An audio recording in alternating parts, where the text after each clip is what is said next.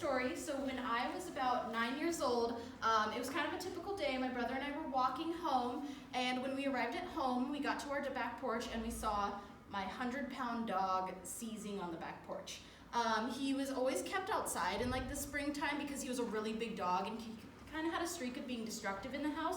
So we had a secure yard, we had a fenced back deck and everything, so he was safe there until he found some slug poison that my mom had left out to protect her tomato plants, but he ended up eating 1.5 cups of it. And that put him into the critical care unit at Dove Lewis for 4 days, and then $4 grand later, we got him back. So next slide, please.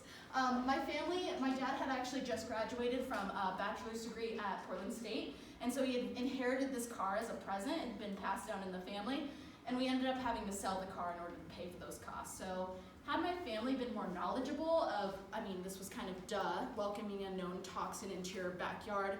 Pets are kind of dumb. They eat a lot of things they shouldn't, and they get into a lot of things, especially dogs. They chew on everything. So next slide. So toxicity is essentially the same as poisoning.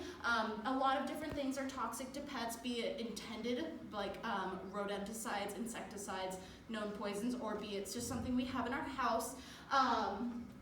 And some substances are toxic in large amounts versus just any at all. So next slide, please.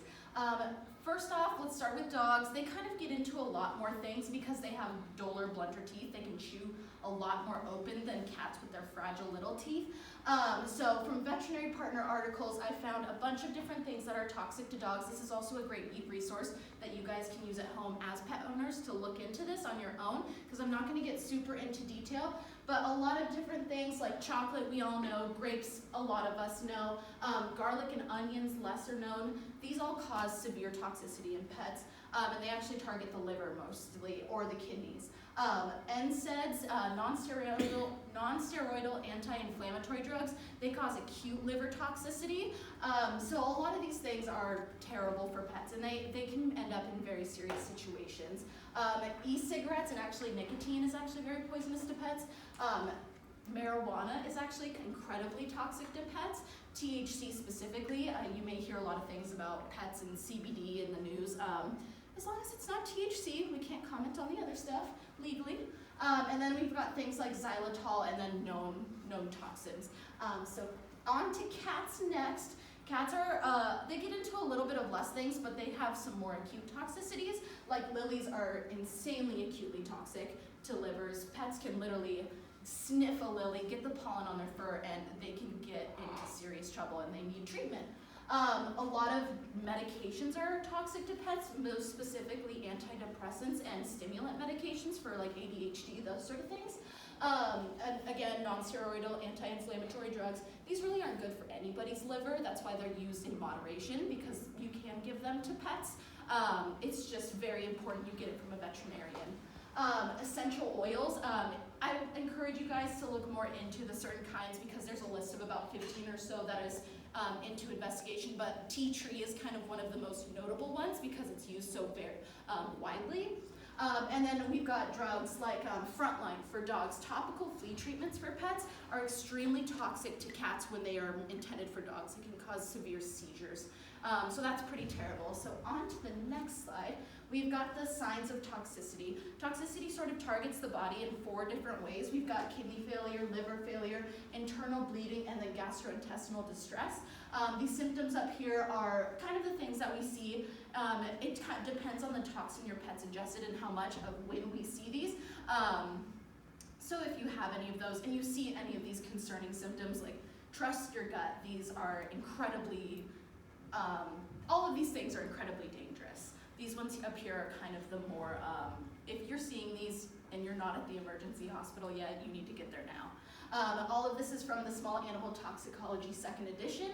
I have access to a lot of these books at work, so again, I had it proofread by a veterinarian I work with. I'm very lucky to have those resources available to myself, but again, veterinarypartner.com is a great way for you guys to find this information. So to the next slide, treatment. Treatment can get incredibly expensive. Talking about this project with the vets at my work, if you catch it early and you can treat it quickly, You're talking about hundreds, but if your pet is like mine and ate a lot of poison and then had to be found, who knows when he even ate it, we have no idea. That costs us thousands. It can get up there. So apomorphine is a drug that's used to make pets throw up. That's called decontamination. That's kind of the first thing you do when your pet's exhibiting toxicity. You get the toxin out. So making them throw up with a drug called apomorphine, that's about $50. Then we have to administer a drug called Cerenia to stop their vomiting after they vomited up all the toxin, or else they'll just continue to vomit and vomit and vomit. It's no good. So then we employ Toxivan. That is activated charcoal. It's neutralized toxins already in the stomach that can't be removed from vomiting. Then we usually do supportive care like IV fluid therapy to help flush the body more quickly. Then things like blood transfusion, that usually comes into play with rodenticides because they're usually anticoagulants, so they make it so the blood can't clot, and that can cause a lot of internal bleeding. So that has a nice antidote of vitamin K. I'm not going to go into the estimates of medications because that really depends on the pet's weight, but it can get up there. And then hospitalization is almost always recommended because a lot of these symptoms can be later onset, and they need a veterinarian to basically facilitate the guidance of making sure these don't happen. So next slide. So to avoid toxins, don't welcome known poisons into your home. Don't be like my family and have slug bait, rat poison in your house. Your pet can get into it, and they try and make it so they taste bad so pets don't eat a lot or eat it at all. But look at my dog. They're not smart like we are and know that. They don't see this caution sign and think, so known dangerous foods, the chocolate, the grapes. Even if your boyfriend gives you lilies, you better be dang careful because your pet can get into anything. So really supervising pets and keeping those things away are the biggest things. Same goes with medications, keeping them up high. Pets even get into their own, we prescribe non-steroidal anti-inflammatory drugs for our pets. They're enhanced to taste good with pork flavoring, but then they get into all of their medications, eat them all, and cause toxicity to themselves. So keeping those medications away. Next slide. And what to do if it happens. It's gonna happen at some point. We aren't perfect people. It happens. So go see a vet. Don't induce vomiting by yourself unless you absolutely have to, and do it under the guidance of Poison Control. There are two phenomenal resources, the Pet Poison Helpline as well as the ASPCA Poison Help Center. Those are phenomenally resources. If you live 3 hours away from your nearest vet or emergency clinic, they can help guide you through what you can do to help have your pet get the best prognosis. So reach out for help. There's a lot of resources out there, and these are 24/7. So next slide. We want to keep all of our pets safe. This is my dog Bear. He went on to live a long, healthy life of 12. That's pretty good for a big dog his size. And remember that all of these things are toxic to your pets. That's it.